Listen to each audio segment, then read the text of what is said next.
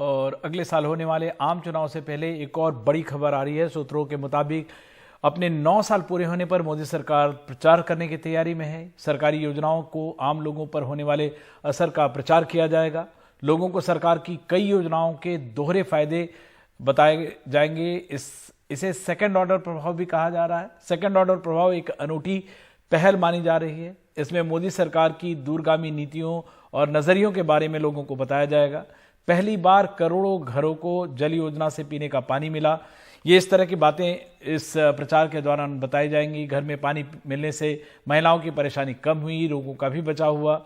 उज्ज्वला योजना के बारे में भी बताया जाएगा। घरों में शौचालय योजना से भी बहुत लोगों को लाभ मिला है। 9 साल पूरे होने पर देश भर में योजनाओं के प्रचार प्रसार का कार्यक्रम है। ये योजनाओं के प्रचार प्रसार के योजना के लिए केंद्रीय मंत्रियों की बैठक भी होगी।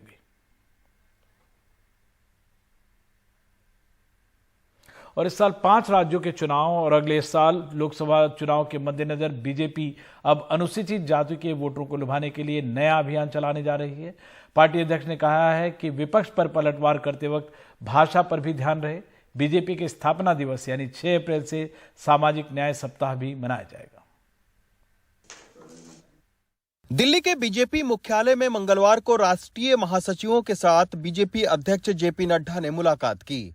इस बैठक में 5 राज्यों के चुनाव में बीजेपी की चुनावी रणनीति और 6 अप्रैल से 14 अप्रैल तक सामाजिक न्याय सप्ताह मनाने की तैयारियों की समीक्षा भी की गई। बीजेपी सामाजिक न्याय सप्ताह को देश भर में जोर शोर से मनाएगी। इसके तहत 6 अप्रैल को बीजेपी के स्थापना दिवस पर मोदी कार्यकर्ताओं को संबोधित करेंगे। 11 अप्रैल को ज्योतिबा फुले और 14 अप्रैल को अंबेडकर की जयंती को धूमधाम से मनाया जाएगा। राज्यों के प्रदेश अध्यक्षों को अनुसूचित जाति के लोगों के बीच कार्यक्रम करने को भी कहा गया है। इस अभियान के तहत अनुसूचित समाज के 2 लाख बस्तियों तक पहुंचने की कोशिश है। उस दिन प्रधानमंत्री जी का उद्बोधन होगा। उद्बोधन से पहले सभी कार्यालयों में ध्वजारोहण होगा और प्रधानमंत्री हमारा मार्गदर्शन करेंगे। उस मार्गदर्शन पर आगे चलने का संकल्प लेंगे। इस साल 5 राज्यों के चुनाव हैं। सामाजिक न्याय के मामले पर डीएमके भी तमिलनाडु में कार्यक्रम कर रही है, जहां 13 विपक्षी पार्टियों के नेता भी पहुंचे हैं। यही वजह है कि चुनाव के मद्देनजर बीजेपी की अनुसूचित जाति और पिछड़ा वर्ग के मतदाताओं को साधने की रणनीति के तौर पर इसे देखा जा रहा है। अभी भी हम न्याय की अवधारणा से बहुत दूर हैं। अभी भी देश के लोगों को, खासतौर पर अनुसूचित जाति, जनजाति, पिछड़े वर्ग और माइनॉरिटी के लोगों को न्याय नहीं मिल रहा है। लेकिन आज के इस प्रयास से पूरे देश का विपक्ष एकजुट होगा। कई दशकों से सामाजिक न्याय पखवाड़ा मनाती आ रही है। पिछली बार भी मनाया था, उससे पिछली बार भी मनाया था। और जो नेता टिप्पणी कर रहे हैं उनके जन्म से पूर्व भी भारतीय जनता पार्टी, जनसंघ की सामाजिक कमिटमेंट है। 2019 के लोकसभा चुनाव में उत्तर प्रदेश के 19 आरक्षित सीटों में से 14 पर बीजेपी को कामयाबी मिली, जबकि 2022 के उत्तर प्रदेश के विधानसभा चुनाव में 14% अनुसूचित जाति के वोट लेकर बीजेपी ने सवर्ण पार्टी का मिथक तोड़ दिया है। अब इसी तरीके की रणनीति वो पूरे देश भर के चुनाव में अपनाना चाहती है और ये उसी दिशा में एक पहल भर है। दिल्ली से राकेश कुमार सिंह के साथ Ravish Ranjan Shukla, NDTV India.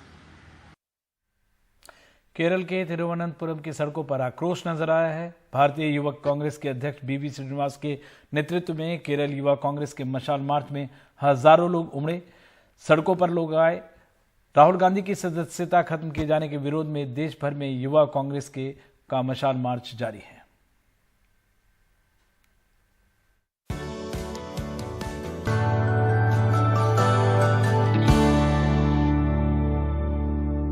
World bank ने भारतीय अर्थव्यवस्था पर अपनी ताजा रिपोर्ट में कहा है कि 2023-24 के दौरान जीडीपी विकास दर 6.3% रहने वाली है।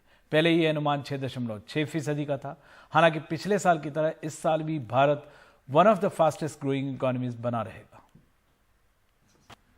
मौजूदा साल में भारतीय अर्थव्यवस्था की रफ्तार 6.3% रहने का अनुमान है। मंगलवार को वर्ल्ड बैंक ने अपनी इंडिया डेवलपमेंट अपडेट रिपोर्ट में इस बारे में आकलन जारी किया। अंतर्राष्ट्रीय अर्थव्यवस्था में मंदी के आसारों को देखते हुए वर्ल्ड बैंक ने 2023-2024 के दौरान भारत की जीडीपी ग्रोथ रेट के पूर्वानुमान को दिसंबर 2022 के अनुमानित 6.6% से घटाकर 6.3% कर दिया है। वर्ल्ड बैंक के मुताबिक खपत में धीमी वृद्धि और अंतर्राष्ट्रीय अर्थव्यवस्था में चुनौतियों को देखते हुए ये बदलाव किया गया है। 6.6% आपने प्रोजेक्ट किया था दिसंबर 2022 में, अब आपने 6.3% प्रोजेक्ट किया है। इसकी वजह क्या है? तो अगर आप मेरे से पूछते हो, दो reasons, moderation in consumption growth और चैलेंजेस एक्सटर्नली, इस वजह के लिए हमने रिवाइज करा है मार्जिनली हमारा ग्रोथ फोरकास्ट। जी, वर्ल्ड बैंक का आकलन है कि मौजूदा साल में महंगाई के मोर्चे पर चुनौती कम होगी और रिटेल इन्फ्लेशन 6.6% से घटकर 5.2% हो सकता है। वर्ल्ड बैंक के सीनियर इकोनॉमिस्ट ने एनडीटीवी से कहा कि आर्थिक मोर्चे पर ग्लोबल स्तर पर चुनौतियों के बावजूद भारत दुनिया की सबसे तेजी से बढ़ती अर्थव्यवस्थाओं में बना रहेगा। इस साल भी हमारा असेसमेंट है कि India one of the fastest growing economies रहेगा। जो slow down, deceleration activity, economic activity last year हमने देखा था ग्लोब में, अगर वो कंटिन्यू करेगा इस ईयर, इंडिया का जो परफॉर्मेंस होएगा, हमारा एक्सपेक्टेशन है वो अभी भी टॉप फ्यू कंट्रीज में होएगा। उद्योग संघ एसोचैम ने वर्ल्ड बैंक की ताजा रिपोर्ट का स्वागत किया है।